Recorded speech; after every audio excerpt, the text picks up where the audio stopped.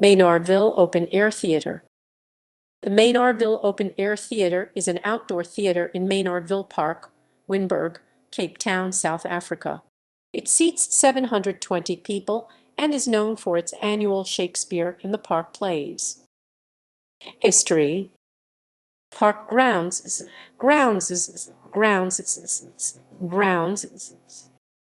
Before it was named Maynardville, the land where the park now sits was government ground, first administered by the Dutch East India Company and, after 1795, by other British authorities.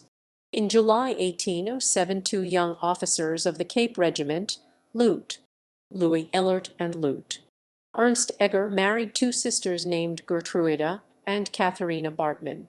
Just prior to his marriage, Ellert was granted a piece of land adjacent to the camp, where he built a cottage named Rosendal.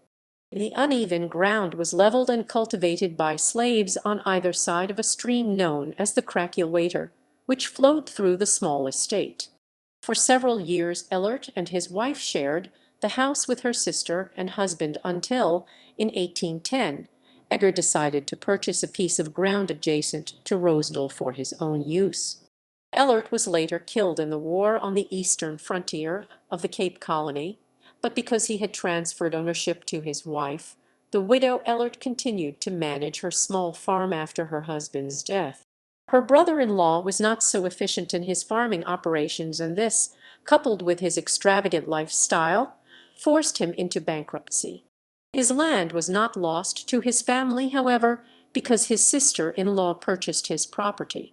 To do this and to support her large household, the widow Ellert took a bond on the property from a Cape Town businessman and member of Parliament named James Mortimer Maynard.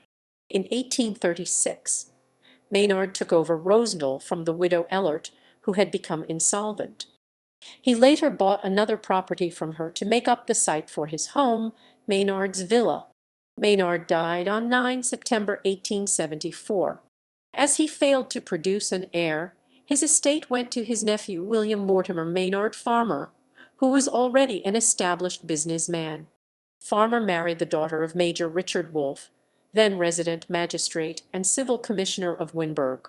Their daughter Enid married John Bernard, a major in the Royal Marines. They had two sons, Gerald and Brian. Enid Bernard died in 1949, and Maynardville was immediately sold to the Cape Town City Council to be preserved as a public park. The historic but dilapidated homestead was demolished by the municipal authorities in 1954. Theater. The theater had its origins in late 1949, when a local philanthropist, Margaret Molteno, submitted an application for municipal permission to convert the little-used park into an open-air theater for dance performances. She had been inspired by a recent visit to Regent's Park Open-Air Theater in London and intended to use the project as a means of funding schools and teacher-training colleges for underprivileged children on the Cape Flats. She chaired the Athlone Committee for Nursery Education, which was a group of women who conducted charity projects in underprivileged areas.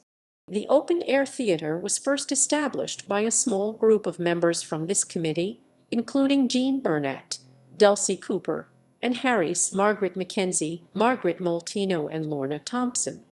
A successful approach to the then mayor of Cape Town, Mr. Abe Bloomberg, resulted in permission to use the premises. The Athlone ladies had the grounds overhauled and facilitated the pro bono services of the municipal orchestra, Principal Dulcie Howes of the UCT Ballet School, and Dean Eric Kishom of the College of Music as conductor.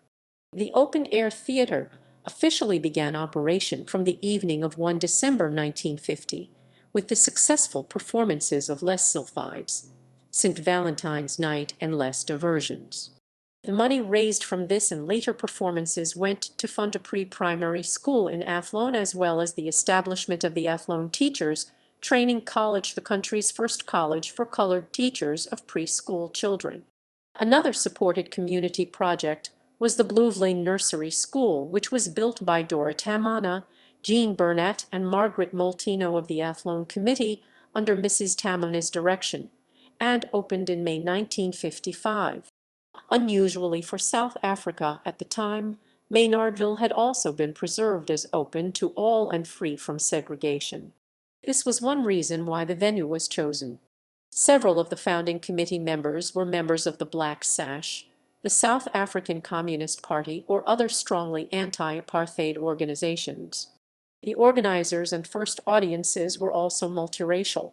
In 1953, instead of organizing the annual ballet performance, Mrs. Molteno approached the well-known South African actresses Celia Sonnenberg and Rena Aronson and invited them to establish Shakespearean seasons. The actresses were first uncertain and then declined the invitation later that year.